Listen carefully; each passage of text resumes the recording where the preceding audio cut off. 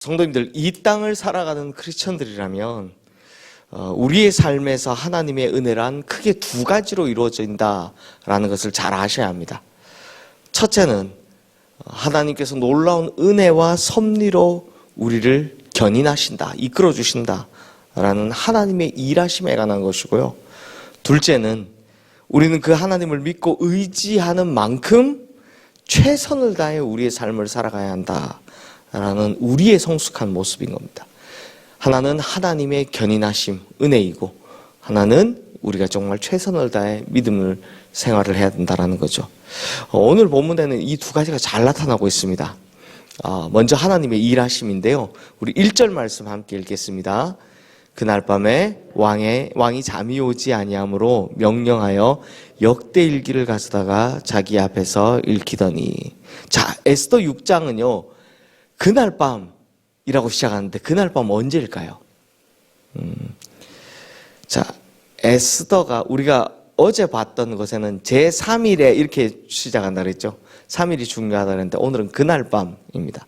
바로 에스더가 위기를 만난 민족을 위해서 죽으면 죽으리이다 라는 비장한 각오를 가지고 왕 앞에 나가서 어떻게 해야 자기 민족을 말살하려는 이 하만의 계획을, 음모를 왕에게 잘 전달할 수 있을까 고심하던, 애쓰던 바로 그날 밤, 즉 그 3일간의 기도하던 그 하루, 그날 밤을 말하는 겁니다.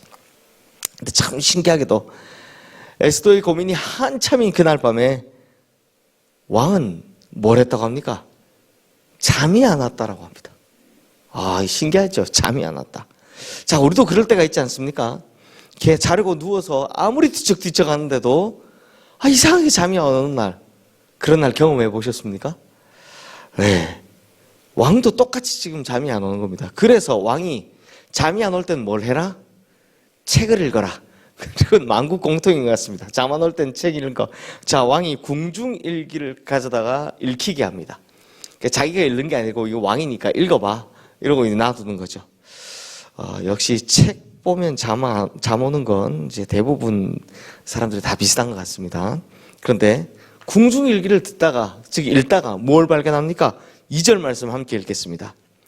그 속에 기록하기를 문을 지키던 왕의 두넷이 빅다나와 데레스가 아수에로 왕을 암살하는 음모를 모르드게가 고발하였다 하는지라. 자, 궁중일기에 무슨 이야기가 나오냐? 모르드게가 자기, 즉 이 아수에로 왕을 암살하려는 음모를 적발해서 자기를 살려줬다라는 기록이 있는 겁니다. 이게 에스더서 2장에 나오는 사건인데요. 넷이 두 사람이 왕에게 원한을 품고 이제 암살 음모를 꾸밀 때 모르드게가 적발해서 이 왕을 구해준 사건입니다. 근데 모르드게 덕분에 왕을 암살하려는 음모를 처리할 수 있었는데도 그 큰 공을 세운 모르드게에게 아무런 보상 없이 흐지부지 넘어간 것. 그 사실을 언제? 바로 이날 밤 잠이 안 와서 궁중일기를 읽게 해서 듣다가 알게 됐다는 겁니다. 그리고 왕이 물어봅니다. 우리 3절 말씀 읽어보겠습니다. 왕이 이르되 이 일에 대하여 무슨 종교와 간작을 모르드게에게 베풀었느냐 하니 측근 신하들이 대답하되 아무것도 베풀지 아니하였느니라 하니라. 참 성도님들, 이거 보면 정말 하나님의 일하심이 정말 놀랍고 신비롭습니다. 자, 지금이 어떤 상황입니까? 다시 한번 복귀하면 곧 있으면 왕이 하만과 모르드게 사이에서, 또 하만과 에스더 사이에서 누구 말이 옳은지를 판단해야 합니다. 곧 그 시간이 오지 않습니까?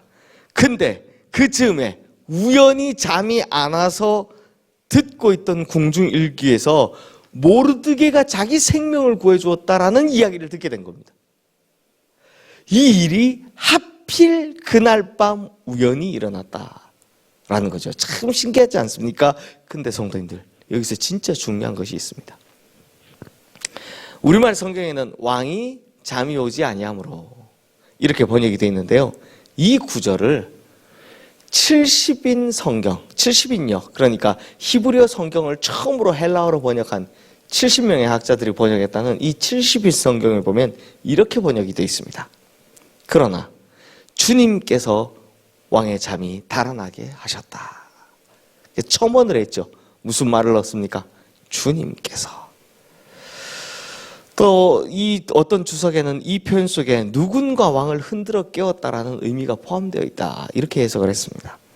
그러므로 우리가 겉으로 보기에는 그냥 읽어보면 우연히 발견되고 우연히 이 일이 일어난 것 같지만 영안을 열고 바라봤을 때 하나님의 섭리를 볼 수 있는 겁니다. 하나님의 보이지 않는 손이 개입되어 있다는 것을 볼 수 있다는 겁니다. 누가 흔들어 깨운 겁니까? 왕. 이제 하나님이 이 왕을 계속 잠이 안 오게 했다는 겁니다. 그러므로 이런 하나님의 섭리를 볼 수 있는 것이 바로 믿음이다라는 겁니다. 성도님들, 신앙생활은요, 세상 사람들에겐 에이, 이건 우연이지, 쟤 참 운 좋다 라는 일들이 이상하리만큼 자주 일어나는 겁니다. 저 사람 참 운 좋아, 아니 저 사람 참 복 많아, 이런 표현들을 자주 듣게 되는 게 신앙생활입니다. 결정적인 순간마다 성도들에게 우연이라는 게 일어나기 때문입니다. 그래서 사람들은 우리 같은 사람들을 보고 뭐라고 얘기합니까? 저 참 복 많아, 혹은 쟤 참 운 좋아. 하지만 영안을 열어서 보면 그 속에는 실제로는 하나님의 손이 있다는 겁니다. 아하수에로 왕을 흔들어 깨우신, 그리고 그 궁중일기에 하필 그 부분을 읽게 하신 하나님의 보이지 않는 손이 작동하고 있더라는 것. 이것은 운이 아니라 뭐다? 하나님의 은혜고 섭리다라는 겁니다. 이것은 복 많은 것이 아니라 하나님의 은혜고 섭리라는 것입니다. 이걸 볼 줄 아는 것이 믿음인 겁니다. 그러므로 성도님들, 하나님이 흔들어 깨우시는 이 섭리를 기억하면 우리 인생은 정말 행복해집니다. 내가 하는 일이라곤 우연이처럼 보이는 하나님의 섭리 속에서 편승해서 하나님과 함께 즐기는 것뿐인데 힘든 일이 뭐가 있겠습니까? 힘들지만 힘든 일이 뭐가 있겠습니까?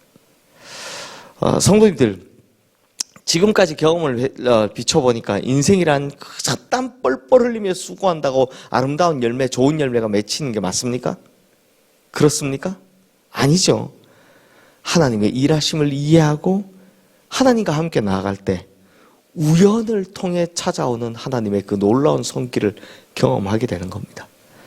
그러므로 우리 성도님들의 모든 삶 속에 특히 결정적인 순간마다 또 위기 때마다 그렇게 작동되는 하나님의 우연, 진짜는 하나님의 섭리와 은혜를 경험하게 되시는 우리 성도님들 되시기를 주님의 이름으로 축원합니다. 그리고 두 번째는 하나님의 일하심이 작동되려면 또 뭐가 같이 있어야 되냐? 이 모르드게의 성숙한 모습을 봐야 됩니다. 사실 모르드게는요, 왕의 암살을 막았잖아요. 큰 공을 세운 겁니다. 그런데 보상 받았습니까? 못 받았습니까? 아무런 보상도 못 받았습니다. 하나도 못 받았습니다. 사실 이건 상처가 될 만한 일이죠. 섭섭한 일입니다. 아니, 내가 왕의 목숨을 살려줬더니 아니 왕은 나한테 아무것도 안 해주더라, 이렇게 생각할 수 있죠. 게다가 이 사건 이후에 공교롭게도 모르드게가 하고 가장 사이 안 좋은 하만이 가장 높은 자리에 오르게 됩니다. 비교되잖아요. 지금 나는 왕의 목숨을 살렸는데 나한테는 아무런 것도 안 주더니 제일 사이 안 좋은 저 하만은 막 제일 높은 곳에 올라가니 얼마나 이게 사실 화가 나는 일입니까?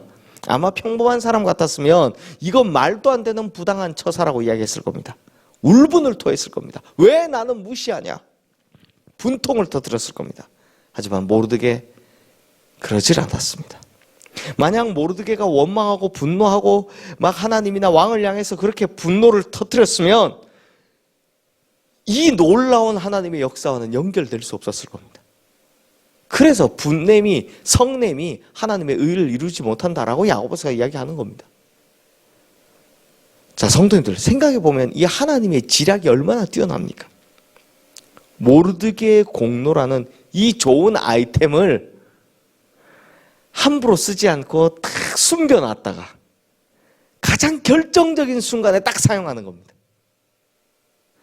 그러므로 성도님들, 하나님께서는 늘 우리 인생을 향해 놀라운 카드를 예비해 두고 계십니다.